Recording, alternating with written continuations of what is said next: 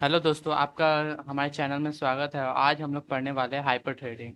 Hyper threading some concept को पूरा detail में समझेंगे, ठीक है। इसमें क्या क्या यूज किया जाता है, इसके रिक्वायरमेंट क्या है, और क्या इस सीपीयू रिलेटेड इसको क्या यूज किया जाता है, ठीक है। तो इसको समझते हैं। हाइपर थ्रेडिंग का जनरली जो टर्म आया है ना, वो सीपीयू से रिलेटेड आया है। जैसा कि हम जानते हैं, कोई भी काम करवाना होता है तो वो सीपीयू पे ही काम करता है, ठीक है। तो एक काम, ठीक है, एक काम एक सीपीयू करता है, ठीक है। तो अगर अगर हमारे पास बहुत सारे वर्क है, ठीक है, हमारे पास बहुत सारे प्रोग्राम है, हमारे पास जो है ना, बहुत सारे मल्टीपल इंस्ट्रक्शन है, ठीक है। प्रोग्राम वन, प्रोग्राम टू, ठीक है, प्रोग्राम थ्री, ठीक है। इसमें भी बहुत सारे इंस्ट्रक्शन होते हैं, इंस्ट्रक्शन वन, इंस्ट्रक्शन टू, फिर इंस्ट्रक्शन थ्री, इंस्ट्रक्शन फोर। वैसे ही प्राइम प्रोग्राम टू में भी बहुत सारे इंस्ट्रक्शन होंगे, ठीक है। Similarly instruction one one, instruction two two, various pro instruction हो सकते हैं ना। तो यहाँ पे जो आप देखोगे ना, कि यहाँ पे हमारा जो प्रोग्राम है, ये हमारे एक एक सीपीयू पे एग्जीक्यूट कर रहा है, लेकिन हम क्या करें कि बहुत सारा प्रोसेसर को कंबाइन कर दें। तो क्या होगा, हमारा एक साथ सारा मतलब बहुत सारा प्रोग्राम हमारा एग्जीक्यूट कर सकता है, ठीक है। मतलब चार इंस्ट्रक्शन हमारे चार अलग अलग सीपीयू पे एग्जीक्यूट कर सकते हैं। लेकिन ये जो हाइपर थ्रेडिंग आया ना, हाइपर थ्रेडिंग आया क्यों? हाइपर थ्रेडिंग बोलता है कि एक सिंगल प्रोसेसर, ये जो मैंने यहाँ पे चार प्रोसेसर लगाया हुआ है ना, processor one, processor two, processor three, ठीक है, और ये प्रोसेसर फोर, मैंने जो चार प्रोसेसर यहाँ लगाया, हाइपर थ्रेडिंग बोलता है, हाइपर थ्रेडिंग बोलता है कि सिर्फ एक प्रोसेसर अगर मल्टीपल काम को अलाउ करता है, तो हम लोग क्या बोलते हैं कि वो हाइपर थ्रेडिंग है, ठीक है। यानी कि फिर से अब इसको फिर से समझो, ठीक है। यहाँ पे मैं फिर से क्लीन करके बताता हूँ। एक चीज देखो,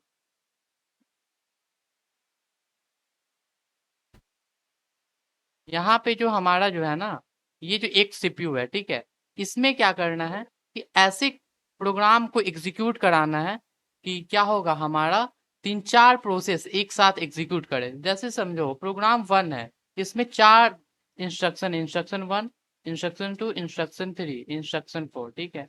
इंस्ट्रक्शन वन जो है ना, वो बोलता है कि मुझे प्रोसेसर चाहिए 2 यूनिट टाइम के लिए, ठीक है। कितने यूनिट टाइम के लिए? 2 यूनिट।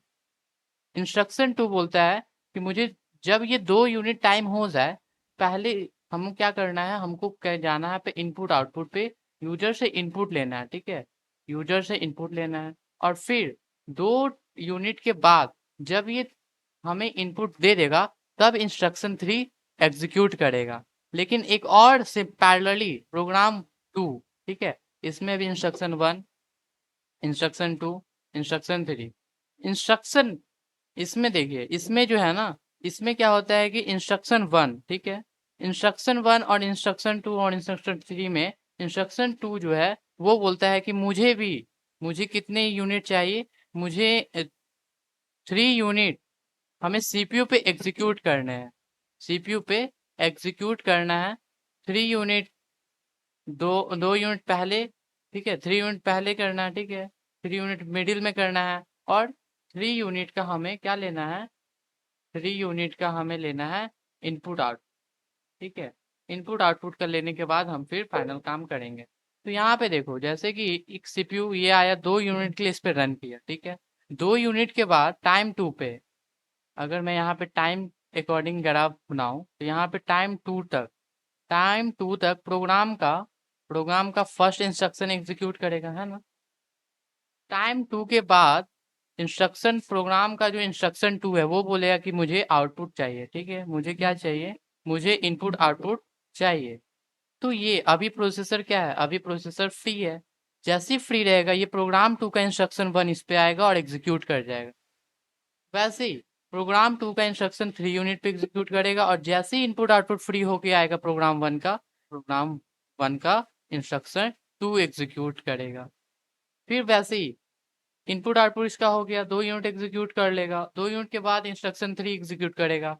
वैसे ही प्रोग्राम टू, तो यहाँ पे आप देख रहे हो, यहाँ पे क्या हो रहा है कि प्रोग्राम मेरा इंस्ट्रक्शन चल रहा है, और साथ में दो दो पैरेलली प्रोग्राम एग्जीक्यूट कर रहे हैं।